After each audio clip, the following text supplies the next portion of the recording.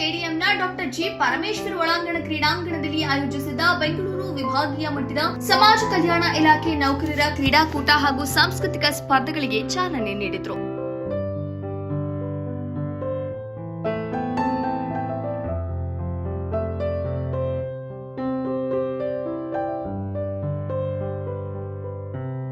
ನಂತರ ಮಾತನಾಡಿದ ಅವರು, ಇತ್ತೀಚಿನ ದಿನಗಳಲ್ಲಿ ಕ್ರೀಡಾ ಚಟುವಟಿಕೆಗಳು ಹೆಚ್ಚಾಗಿ ನಡೆಯುತ್ತವೆ.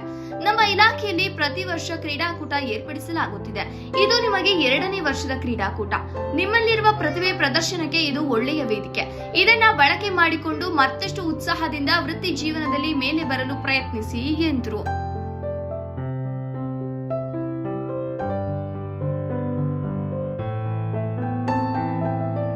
ಈ ಸಂದರ್ಭದಲ್ಲಿ ತುಮಕೂರು ಉಪವಿಭಾಗಾಧಿಕಾರಿ ನಹಿದಾ ಜುಂಜುಂ, ಸಮಾಜ ಕಲ್ಯಾಣ ಇಲಾಖೆಯ ಜಂಟಿ ನಿರ್ದೇಶಕರಾದ ಲಕ್ಷ್ಮಣ ರೇಖಿ, ಕೃಷ್ಣಪ್ಪ, ಸಮಾಜ ಕಲ್ಯಾಣ ಇಲಾಖೆ ಅಧಿಕಾರಿಗಳು, ನೌಕರರು ಪಾಲ್ಗೊಂಡಿದ್ದರು. ಬೆಂಗಳೂರು ವಿಭಾಗ ಮಟ್ಟದ ಈ ಕಾರ್ಯಕ್ರಮ ನಡೀತಾ ಇದೆ. 9 ಜಿಲ್ಲೆಗಳಿಂದ ನೀವೆಲ್ಲ ಬಂದಿದ್ದೀರಾ. ನೀವೆಲ್ಲರೂ ಏನು ಮಾಡಬೇಕಪ್ಪ ಅಂದರೆ ಇನ್ವಾಲ್ವ್ ಆಗಬೇಕು, ಭಾಗವಹಿಸ್ಬೇಕಷ್ಟೇ. ಭಾಗವಹಿಸ್ಬೇಕಂತಾನೆ ಬಂದಿದ್ದೀರಾ. ಇಲ್ಲಿ ಭಾಗವಹಿಸ್ಬೇಕು. ನಿಮಗೇನು ಸ್ವತಃ ಬಳುವಳಿಯಾಗಿ ಬಂದಿದೆ. ಬಳುವಳಿ ಅಂದರೆ ಅರ್ಥ ಆಯ್ತಲ್ಲ. ಒಂದು ಬಳುವಳಿ ಅಂದರೆ ನಮಗೆ ಪ್ರತಿಯೊಬ್ಬ ಮನುಷ್ಯನಿಗೂ ಒಂದು ಪ್ರತಿಭೆ ಇರುತ್ತೆ.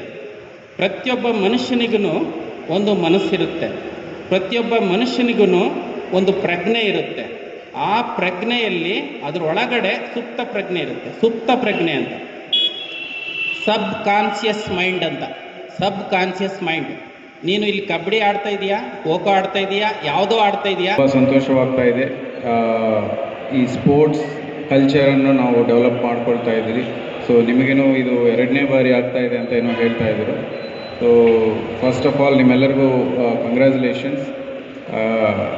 ಯಾಕೆಂದರೆ ನಾವು ಸ್ಪೋರ್ಟ್ಸ್ ಅನ್ನೋದು ಒಂದು ಡಿಸಿಪ್ಲಿನ್ ತರುತ್ತೆ, ಒಂದು ಮೋಟಿವೇಟಿಂಗ್ ಫ್ಯಾಕ್ಟರ್ ಆಗಿರುತ್ತೆ. ತುಂಬ ನಿಮಗೆ ರೆಗ್ಯುಲರ್ ರೊಟೀನ್ ವರ್ಕಲ್ಲಿ ಈ ಸ್ಪೋರ್ಟ್ಸ್ ಬ್ರೇಕ್ ನಿಮ್ಮಲ್ಲಿ ಒಂದು ಟೀಮ್ ಕ್ಯಾಮರೇಡರಿ ಡೆವಲಪ್ ಮಾಡುತ್ತೆ. ಸೊ ಏನು ತುಮಕೂರು ಜಿಲ್ಲೆಯಲ್ಲಿ ಈ sports event state level Olympic sports ಮಾಡಿದ್ದೀವಿ.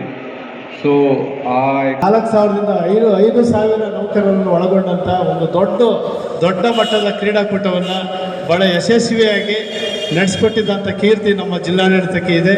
ಅದಕ್ಕೆ ಇಡೀ ಜಿಲ್ಲೆಯ ಹಿರಿಯ ಅಧಿಕಾರಿಗಳು, ನಮ್ಮ ಮಾನ್ಯ ಜಿಲ್ಲಾಧಿಕಾರಿಗಳು, SP ಸಾಹೇಬರು, ಅಪರ ಜಿಲ್ಲಾಧಿಕಾರಿಗಳು, ನಾನು ಸಹ ವಸತಿ ಸಮಿತಿಯ ಸದಸ್ಯ ಕಾರ್ಯದರ್ಶಿಯಾಗಿ ಕೆಲಸ ಮಾಡಿದಂಥ ಪುಣ್ಯ ನಮಗಿದೆ. ಆ ಖುಷಿ ಇದೆ ಅಂತ ಹೇಳ್ತಾ ಅದ್ರ